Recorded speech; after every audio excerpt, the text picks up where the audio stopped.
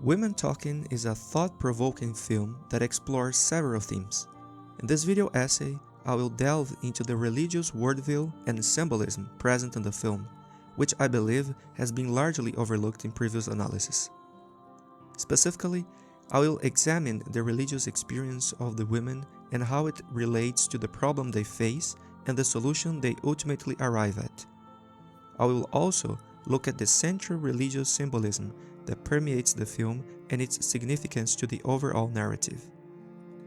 Through this analysis, I hope to shed light on the role of religion in Women Talking and the lessons we can learn from this story. For me, one of the most striking aspects of Women Talking is the way in which the women's faith is simply taken for granted as part of the world around them. There is no open criticism of religion. Instead, as we'll see, the film explores how the women's religious worldview shapes their experiences and choices. I have identified three key perspectives from which to approach their religious world. First, as the context in which the problem arises. Second, as the background against which conversation and discernment take place. And third, as the source from which the solution to their problem emerges. Let's look first at the problem these women face. It arises directly from the religious system in which they are immersed. Specifically, they are torn between the value of security in this life and the hope of eternal salvation in the afterlife. They cannot have both at the same time. They are forced to take a stand. This creates a deep sense of crisis for them as they are forced to confront the terrifying implications of this choice. They decide to make a communal rather than an individual decision. There are three different groups participating in this conversation: the children, the elderly, and middle-aged women. The children are largely relegated to the role of listeners. Now, the older women take on the role of spiritual guides and leaders of the community. While their male counterparts have traditionally held this position, their absence creates space for the elder women to step into this role. Through their leadership, we see that the problem is not necessarily the hierarchical religious structure itself, but rather the way in which it's lived and enforced. Greta and Agatha provide compassionate and wise guidance to the other women as they discern a solution to the problem. Their stories, religious songs, and biblical quotations offer a glimpse into the living memory of what is essential and important in the life of their community, what they should hold on to and preserve no matter what. We see how their leadership offers a different way of living within the hierarchical religious system, one that emphasizes compassion and wisdom over power and control. This shows how purification and transformation are possible. As we move to the group of middle-aged women, we encounter characters whose unique perspectives enrich the conversation. Salome is a fierce and passionate woman, driven by her desire to protect her daughter from abuse. Her anger at the man is palpable, and she is willing to give up eternal salvation for the safety of her children. She says from the beginning that she will never forgive the man. Marika, on the other hand, is initially filled with fear and doubt, struggling to imagine a life outside the colony and her abusive marriage.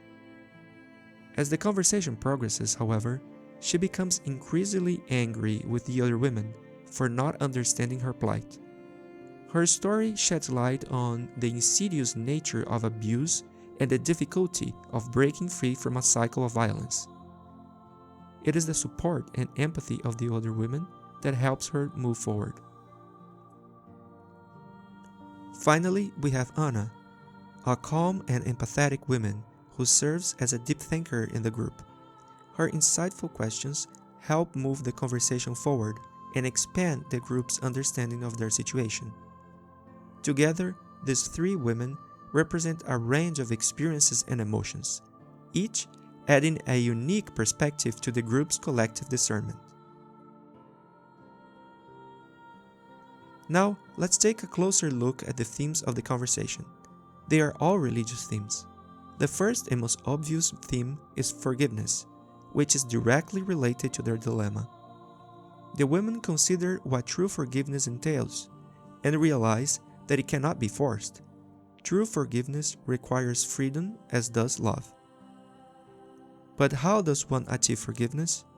In their religious system, forgiveness comes through the mediation of the elders. Gradually, they come to see other possibilities, such as God forgiving them directly. They also understand that a true man of God will understand them, since as mothers they have a responsibility to protect the children and ensure their well-being. By not taking action to protect them, they are not fulfilling their duty as mothers or living up to their faith. They also discuss the question of guilt and who is blamed for what has happened. They recognize that everyone in the colony is a victim of the power system imposed by the elders and taught to the boys. This system perpetuates itself as each boy and girl is taught to fulfill their roles within it. The women agree that it's not about stigmatizing all men and boys, but rather educating future boys to break the cycle. Finally, the women explore how they would like their religious community, the colony, to be organized in the future. This is a very important topic because it is easy to speak against any system and attack it and bring it down because we can see the frailty and the human weaknesses in the system. But the main question has to be what you want to build. They want decisions to be made collectively by men and women, guided by the tenets of their faith and the leadership of the elders. They also want security for themselves and their children, and the freedom to express their thoughts.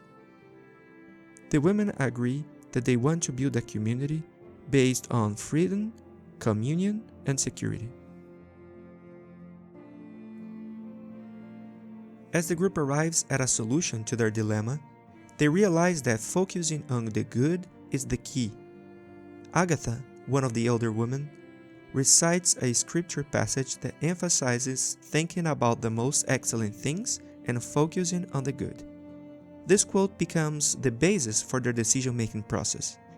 They understand that their decision cannot come from a place of hatred or evil intent. Forgiveness is good, but hatred is not. Violence is not good, but peace is. If staying in the colony would cause them to become hateful or violent, they should live in the name of peace and with the hope that this distance will eventually allow them to forgive. So they discover that leaving the colony is not just the right thing to do. It is the most excellent thing to do according to their faith. It is a surprising conclusion that purifies their understanding and practice of their faith and overcomes the apparent dilemma between temporal and eternal salvation.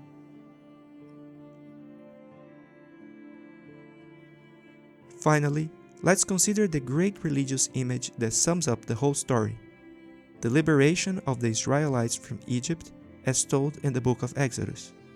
This image symbolizes the passage from a land of slavery and oppression to the promised land.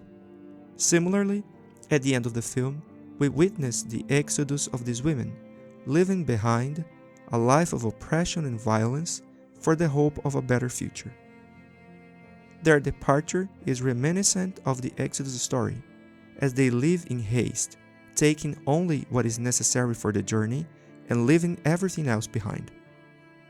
In both cases, it took an act of faith and hope that God would provide a better future.